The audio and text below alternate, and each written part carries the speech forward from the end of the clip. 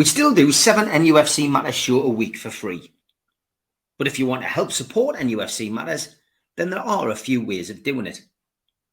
Hit the like button on each live broadcast and video. This helps the channel grow.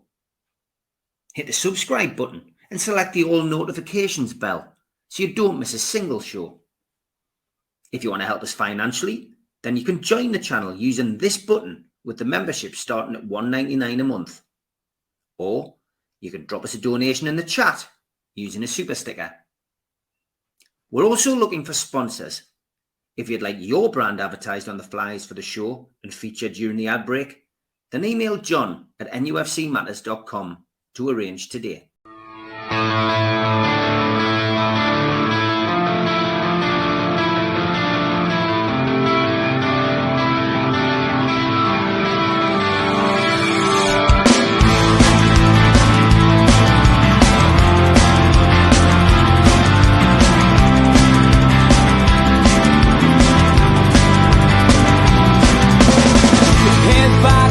Critics attack. It feels like I've been talking to myself again. But it's the only way you're ever gonna learn. You look back and it's all in the past. I'm dwelling on the thoughts I cannot say to you. If I don't say the words, then maybe it's not true. And it feels alright when they come and say to you, you're the only thing that makes us all believe. And it feels alright when the worlds collide. Manipulation stands to make us break. What time you said is coming over you. You wish it upon a star. You wish it on a star. You are, you are, you are. You fight back, it's an all-out attack. It feels like I've been taken on the world's machine. Because I want it more than anyone can dream. You look back and it's all in the past. You tell me how you live by all the things you do.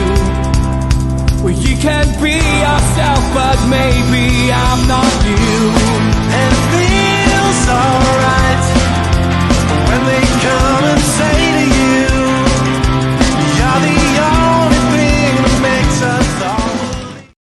Good evening, welcome back to NUFC Matters and welcome back to Ben Jacobs. How are you, Ben? I'm good. Great to be back. How are you?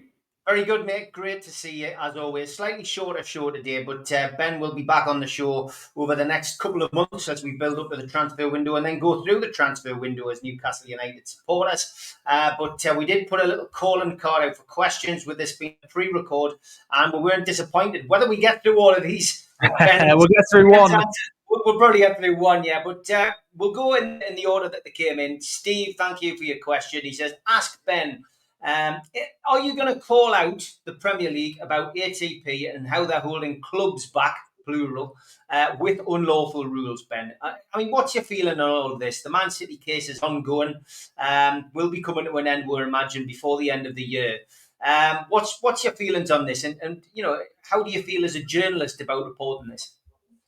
Well, I don't think we can call out the Premier League per se, because the amendments to the rules which were provoked by Manchester City after they went outside of football spheres to effectively say that the APT rules were anti-competitive, the subsequent amendments were put to a vote.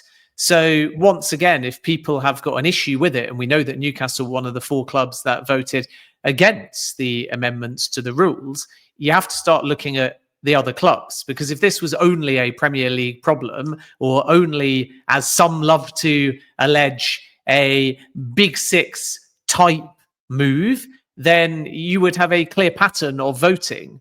But you're actually looking at largely a split between the Big Six and a split between different demographics from within the Premier League. So clearly those that are either very heavily driven by multi-club, very heavily driven by related party transactions, or want to move in that direction, have voted one way.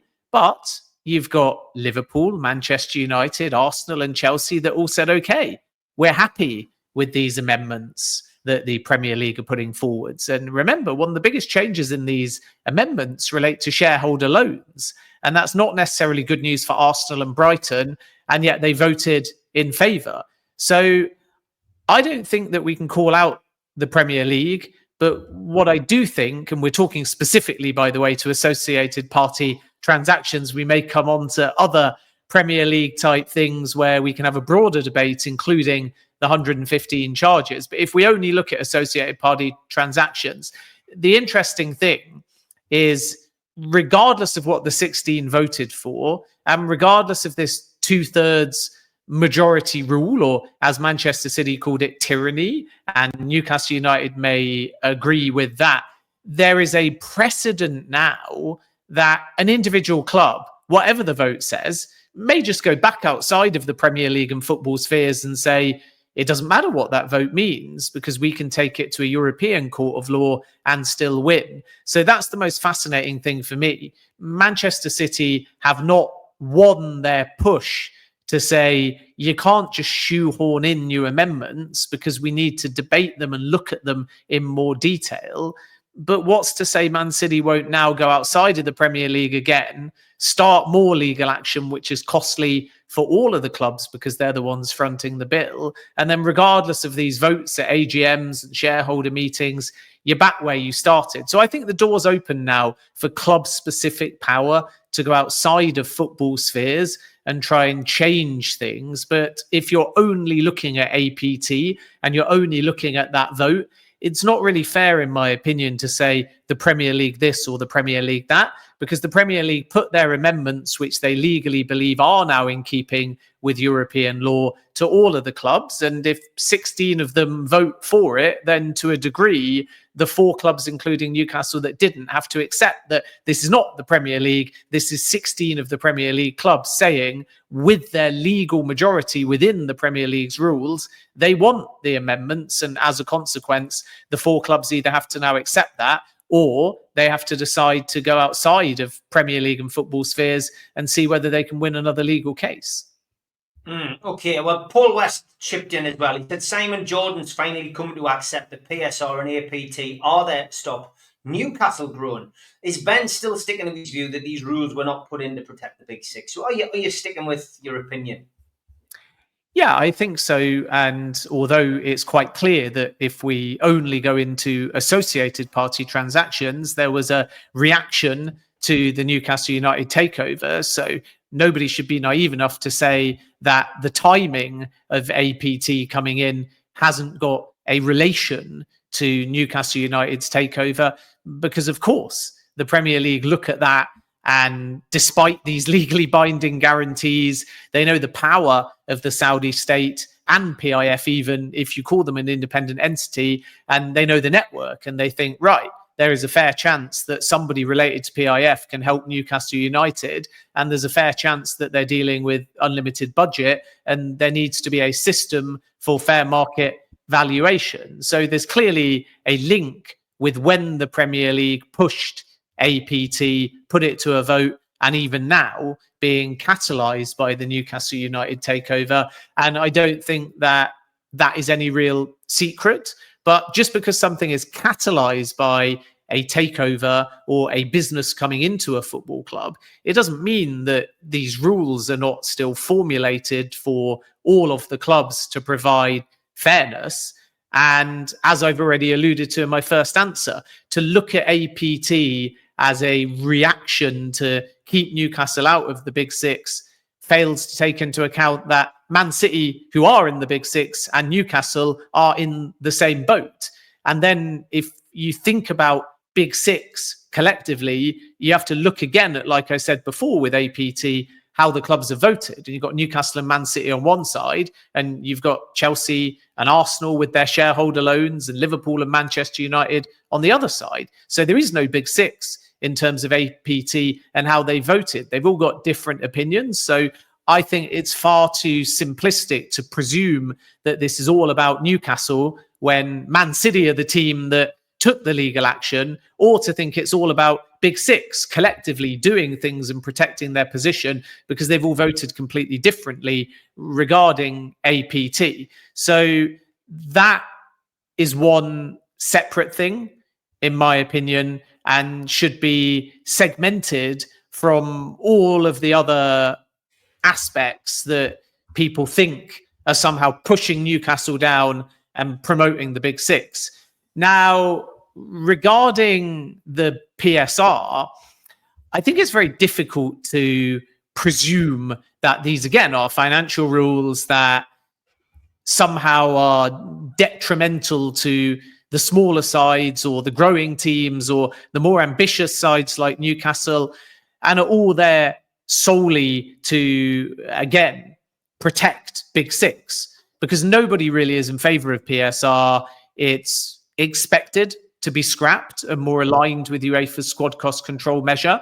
And it isn't just Everton with a points deduction. Leicester obviously could have had one, but they were able to argue the Premier League didn't have jurisdiction. You've got, naturally, Nottingham Forest thrown into the mix because they had a slightly smaller points deduction than Everton. You got Newcastle, who on this so-called PSR deadline were having to sell to hang on to Anthony Gordon and balance their books. So I understand why people think that the clubs that earn more have more leeway, and the mechanism of PSR is punishing a newly promoted team or a new player that's trying to catch up with the Big Six. I get why people would look from the outside in and think that, but we mustn't forget that Arsenal perilously close to PSR. Chelsea were having to put money on the 24-25 campaign for book purposes.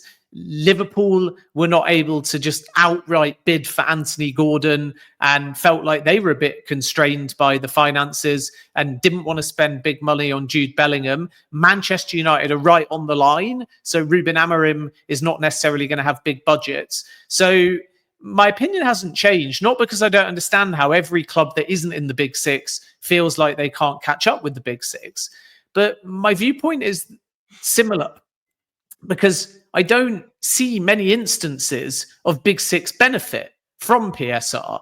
And collectively, it feels like all of the Premier League don't like it. All of the Premier League feel disadvantaged. All of the Premier League want a change. Whereas if you could argue to me that all Big Six teams are happily doing their business as normal, happily spending as much as they like, are nowhere near the PSR line, and as a consequence are outspending, and in terms of volume of players, out buying every other club, I would say, okay. But if you think back a few years, Forest signed about 21 players. You have Brighton in the last window that made, I don't know off the top of my head, 15 odd signings. You have Ipswich, who were able to add probably 12 players, of which it feels like about 8 or 10 are in their starting lineup. So it's just not accurate that the Big Six benefit from PSR. Many of the clubs like Manchester United don't. Newcastle are kind of in the middle somewhere. And because in that, I think, season when PIF first came in and they spent a lot of money to get out of the relegation zone, and then they didn't make the second half of the Champions League season last campaign, all of these things kind of contribute, because you've spent a bit of your kitty early to get out of trouble. You've got Champions League and then you've lost it. So you haven't benefited financially from the second half of that campaign. These kind of things play into it as well. But I still don't buy that there's like PSR benefits Big Six and doesn't benefit a club like Newcastle United. I would argue more PSR is being changed entirely, likely scrapped and replaced, because nobody's happy with it, including the Big Six. Okay, good answer. Question that everybody else wants to know. Mark Byers and Tom in the USA both want to know, what will we spend, do you think, in January? Because if we don't spend, the season is going to fizzle out. And Tom says, what do you think Newcastle will have to spend, and what will be the priority for Newcastle? Has it changed? Because we did chase a centre-half in the summer. Yeah, still could be a centre-half potentially, but I think there'll be a couple of other areas where Newcastle will look to strengthen. Before we come on to that and maybe some names, I would come back to what I said before.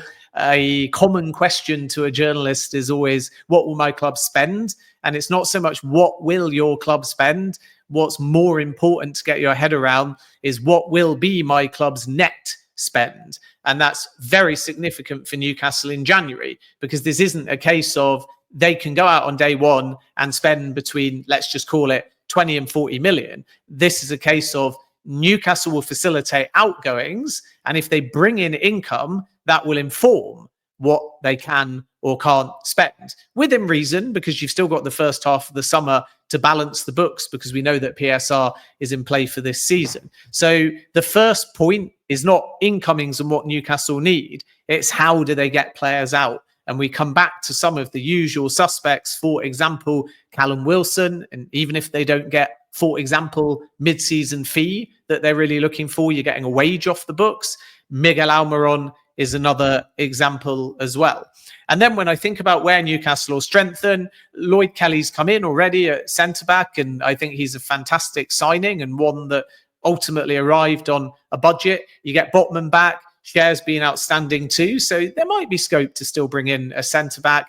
But I think they're looking at a wide player, wide right, winger, which may allow Joe Linton to go back into midfield as well. And I still think that there's prioritisation given to a goal scorer, because even if it doesn't come in January, or even if Wilson doesn't leave specifically in January, the feeling at Newcastle is clear. 2 points, actually. One, they need to replace Callum Wilson and provide competition for Alexander Isak, even though Gordon technically can play in a more central role. And two, William Asula at this stage isn't quite ready. He's been in the matchday squad. He's got a high ceiling. He's not behind in his development, but I think they knew from day one that he's not a sort of 30 games right now between now and the end of the season type player. If you're factoring in cut runs and so on, he's probably a bench impact player. But if Wilson left tomorrow, you'd be looking for somebody else. And I think Eddie Howe would still prefer to have Gordon in one wide area, to have Isak through the centre with a younger option for when Wilson eventually leaves. And then you're looking at strengthening that wide right side, where if you can do, you've then got the opportunity to have a bit more depth, a bit more flexibility, and it can give you that option as well of pushing Joe Linton back into midfield. And it's only my personal opinion, but I think a midfield with Guimaraes, Joe Linton and one other, and a front line with Isak and Gordon and one other with depth and cover in all those positions is better than having a front line of Joe Linton, Isak and Gordon. And of course, if Harvey Barnes comes in and Isak and Gordon, that's one option, but you still know that you might pick up an injury or players might be out of form. And that's where I think that Eddie Howe would still like a little bit of a depth, and have that ability, by the way, within this, what we just assume is a 4-3-3, to be a bit more flexible. So Gordon can play winger or wide forward. And on that right-hand side, Miguel Almiron is kind of more, for me now, a right winger. Maybe when he went through that scoring streak, you started to look at him as kind of a right forward.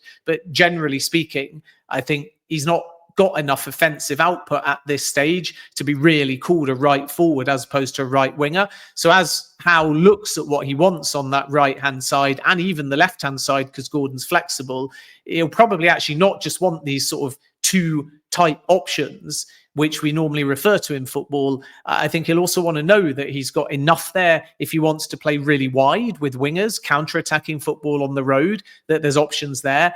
And at home, maybe when you want to be a bit more gung-ho and you dominate the game, to feel like the front three are basically all forwards as well. So when they're looking for these type of profiles, whether centrally or out wide, versatility in the type of player they're looking for is probably going to be very high on the agenda, because you don't want four options, two right wingers, two right forwards. But what you do want is two strong options for the now that can facilitate both of those types of roles. Yeah, interesting stuff. You won't believe this, or maybe you will believe it, but Barry Hogan, who does our spreadsheet every transfer window, is already up to 50 players. Wow. We've got a busy January. We might not have a busy January going in and out, but we've certainly got a busy January with who we're being linked with. But more to come over the next couple of weeks with you on that, I'm sure. Tom did also want to ask, how is Paul Mitchell viewed in football circles? Is he respected? Will he be able to use his contacts to find value? In your opinion, Ben, is he the man to progress Newcastle United Football Club? Yeah, two things. Very highly rated Paul Mitchell. Obviously, it was a different model at Monaco, but we know that he's had experience working within the Premier League as well at a more junior level. So the eye for young talent, and that may not be something that gets Newcastle fans excited right away, but just wait and see. One of these younger names might burst on the scene either this season or next, and you suddenly start going, oh, okay, actually, even though there was some skepticism about the recruitment plan, now I can see where the picture is. So even though at Monaco, it wasn't just about finding the talent and developing the talent, it was also about selling the talent for a lot of money that funded the whole business model. And Newcastle's different. They don't bring in Isak to sell Isak. They bring in Isak to get Champions League football and try and dominate domestic football and win trophies. So you have to find the stars young if you take this approach, but know that you're not necessarily going to cash in on them. And arguably that means you have to get your recruitment even more precise, because when you sell a player, whether they succeed or fail, if you can get the value to go up, then you can argue that you've actually done your job.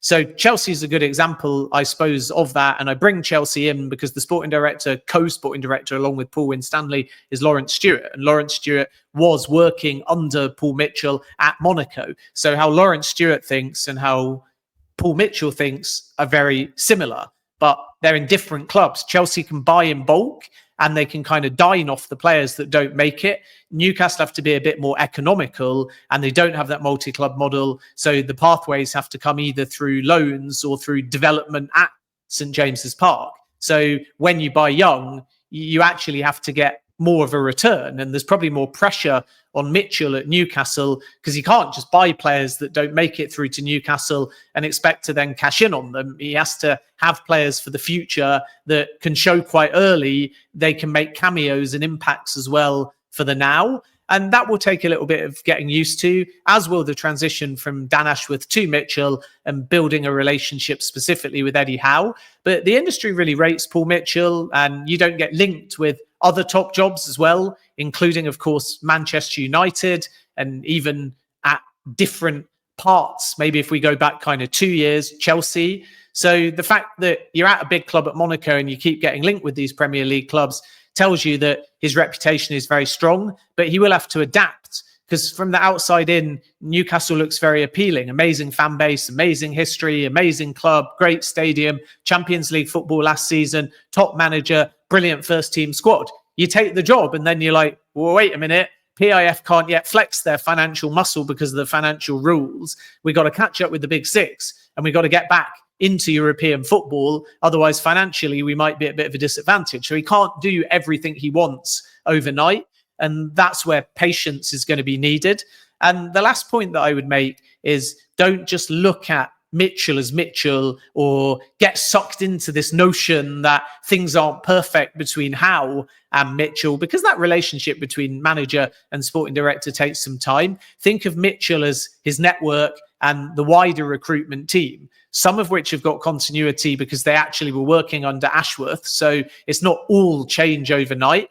And some were brought in by Mitchell. And one in particular I would shout out, which is James Bunce, who's working under Mitchell and is seen as one of the biggest talents in the business. He's genial. He's got a great eye for talent. He's respected in the club. He has forged an instant contact and relationship with Howe, and also the industry outside of Newcastle, all the people you need to deal with to make the signings they're looking for. They really like him as well. And of course, respect and like Mitchell too.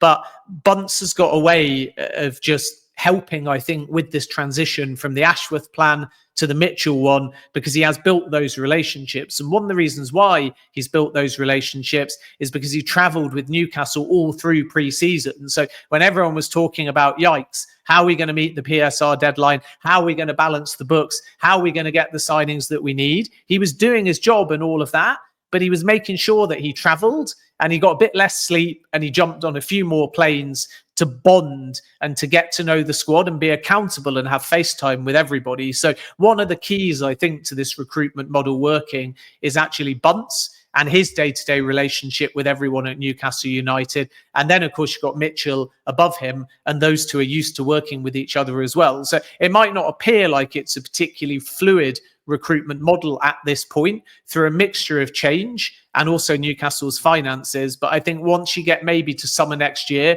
you'll start to see the fruition of the hard work. And that's probably a better point to start judging Mitchell.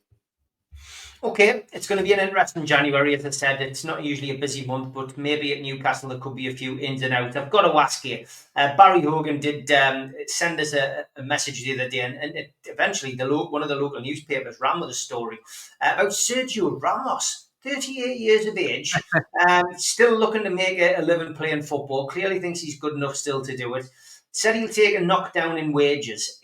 Newcastle can't be seriously going for a Sergio Ramos, can they? No, I mean, wages is an issue, age is an issue. And Ramos, as far as I'm aware, wants to be starting regular games. He has no European football. So half a season at Newcastle doesn't really make a lot of sense.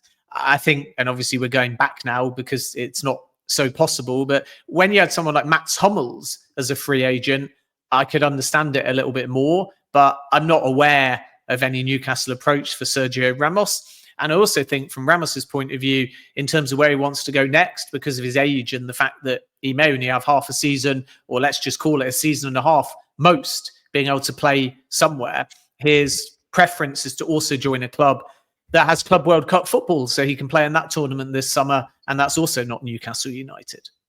Okay, the big question from me is, Mark Gay. Are Newcastle United still interested, in your opinion? And do you think Newcastle may go back in for him in January? Or are they going to wait until, the contract's more or less over and go for him in the summer? Yeah, I think summer feels more likely. I don't think that Crystal Palace are looking for any kind of mid-season exit as well, which means that the price isn't necessarily going to drop from the summer. And when you come to the table with 3, 4, 5 offers, it doesn't happen. You know how Steve Parish has worked, and clearly the player's not the type to sort of force his way out of the club or do what Wesley Fofana did at my club, Leicester, and refused to play until he got his move to Chelsea. So mid-season for me feels very unlikely. Summer for Newcastle still feels very possible as well. You might hear some links with a Gay return to Chelsea. Again, I'm not aware of that. Chelsea are very happy with Levi Colwell, Wesley Fofana, Tosin, Benoit Badiashile as well. They've got Axel Disasi still at the football club. They got Chalobah on loan at Crystal Palace. And Mark Gay is, I think, 24 years of age. He's going to want to play every single game, every single week. The only advantage that Chelsea have got is that there is a sell-on percentage from when they originally did the deal when Gay left and went to Crystal Palace. So as stupid as it may sound, and we've seen this a few times with clubs, if you bid X amount, then you can take still your sell-on. So if Chelsea buy Gay, they'll get the sell-on from buying Gay, which means they're giving themselves a bit of money back. So it is true that Gay is a more economical deal for Chelsea than it is for anybody else, but I'm not aware of any concrete negotiations. I'm also not aware of Newcastle thinking about anything big money in January for him, but I still think that that is one to keep an eye on in 2025. The biggest surprise, of course, in the summer, apart from letting the likes of Yankuba Minde and Elliot Anderson go, which of course was a big blow to Eddie Howe personally, didn't want to lose the two youngsters, was the incoming of keepers. And keepers that Eddie's not really keen on playing. I mean, even in the Carabao Cup, where you would normally see, a second choice keeper get a run out, he's gone with Nick Pope. So this question might seem daft, but are Newcastle still interested in Trafford, do you think? Because there was a lot of noise around it. I remember you talking quite openly about Trafford, that Newcastle may well go for him. Is there still a bit of a thought amongst the journalists that Trafford could be on Newcastle's radar?